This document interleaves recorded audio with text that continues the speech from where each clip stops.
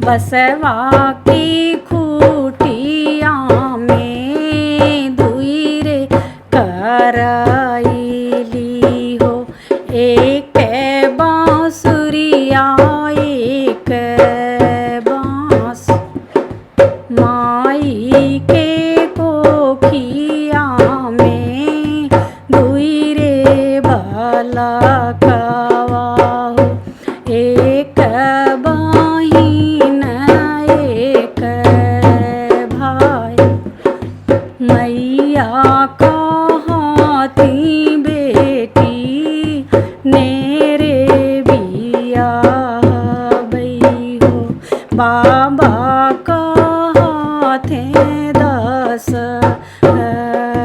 कोस भैया कहते बहिनी काशी बिया बई हो।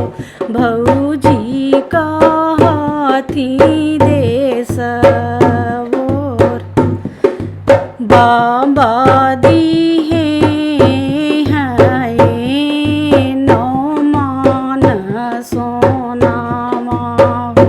मैया जे लहर पटोर भैया जे दिहे हैं हासिल घोड़ावा हो।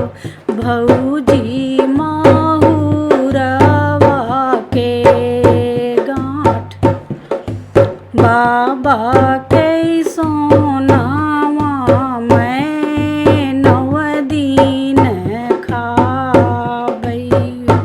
फाटी जई है लहर पटोर भैया के घोड़